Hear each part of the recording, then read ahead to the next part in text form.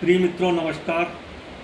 मैं ओपी शर्मा ज्योतिषाचार्य नई वैद्य ज्योतिष परामर्श केंद्र में आपका पुनः हार्दिक स्वागत करता हूं। जैसे कि हमारी लग्न वाइज अकारक ग्रह, कारक ग्रह, मारक ग्रह एवं बाधक ग्रह कौन कौन से, इसके बारे में जानकारी देने की जो श्रृंखला चल रही है, इससे पूर्व हम मेष लग्न से कन्या लग्न तक के शुभ ग्रह, अशुभ ग्रह, मारक ग्रह, बाधक ग्रह आदि की जानकारी दे चुके हैं। आज हम तुला लग्न के जो ग्रह हैं उसके बारे में जानकारी देते हैं। कौन कौन सी महादशाएं तुला लग्न में शुभ फलदायी होगी और कौन कौन से ग्रहों की महादशाएं तुला लग्न में अशुभ फलदायी होगी। तो मित्रों, तुला लग्न में जो शुक्र है वह जातक को शुभ फल देंगे।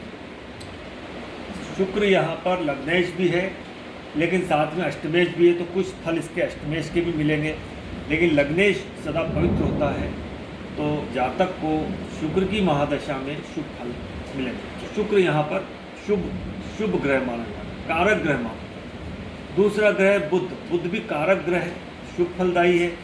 यहाँ जो तुला लग्न में बुध है वो भाग्येश, नवम भाव का स्वामी, भाग्य भाव का स्वामी है और इसकी एक राशि हालांकि द्वादश भाव में भी पड़ती है, तो द्वादश भाव के बहुत ही सूक्ष्म परिणाम या अल्प परिणाम देगा बुध, लेकिन अधिकांश परिणाम वो भाग्य भाव के ही देंगे। बुध यहाँ क्योंकि त्रिकोण के स्वामी जो होते हैं, यदि उनकी एक राशि यदि त्रिक भाव में भी पड़ती है तब भी वह शुभ फलदायी कहा जाता है। तो ये त्रिकोण के स्वामी जो होते हैं वो कभी भी सदा शुभ फलदायी होते हैं, कभी भी अशुभ फल नहीं दे सकते। शुभ बुद्धि यहाँ पर पूर्णतः शुभ फलदायी ग्रह माना जाएगा तुला लग्न। अब तीसरा ग्रह शनि। तुला लग्न में शनि है योग कारक, बहुत ही शुभ परिणाम देंगे जातक को। अगर शनि बहुत ही अच्छी स्थिति में है तो तुला लग्न के जातकों को अपनी दशा महादशा में बहुत शुभ परिणाम देंगे, क्योंकि जो शनि है उसकी एक राशि त्रिकोण में है तो दूसरी केंद्र में। तो केंद्र त्रिकोण दोनों में जब किसी ग्रह की राशि होती है तो वही ग्रह बहुत ही शुभ फलदायी हो जाता है, योग कारक ग्रह कहा जाता है।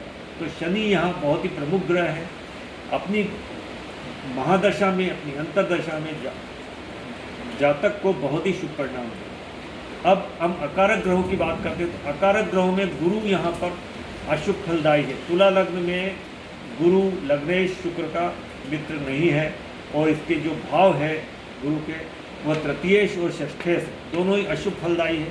तो गुरु यहाँ तुला लग्न के जातकों को अशुभ फलदायी है। इसके बाद सूर्य,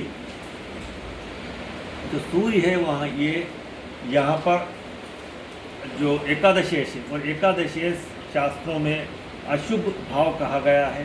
साथ में तुला लग्न में जो सूर्य है वह बाधकेश भी है।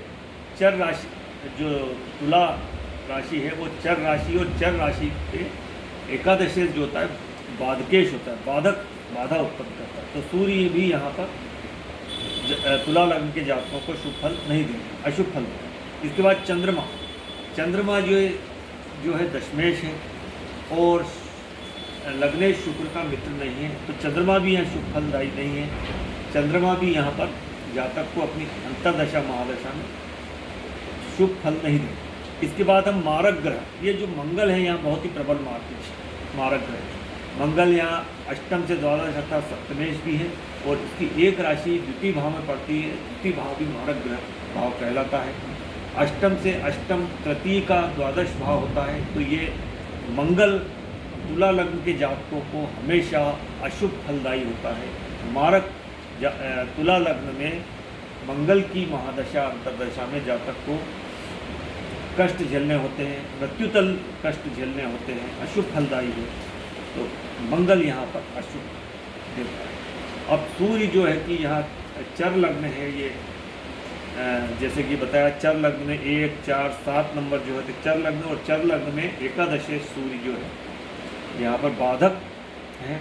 तो इस प्रकार मित्रों, तुला लग्न के जातकों के लिए कौन से ग्रह शुभ फलदायी है, कौन सा ग्रह योग कारक है और कौन सा ग्रह अकारक है व कौन सा ग्रह मारक है एवं बाधक है, इस तरह से ये संक्षिप्त जानकारी आपको देने का प्रयास किया गया। यदि वीडियो इन्फॉर्मेटिव लगता है तो आप इस वीडियो को लाइक कीजिए, चैनल को शेयर कीजिए, सब्सक्राइब कीजिए, और आपने वीडियो पूरा देखा इसके लिए मैं आपको धन्यवाद देता हूँ। नमस्कार।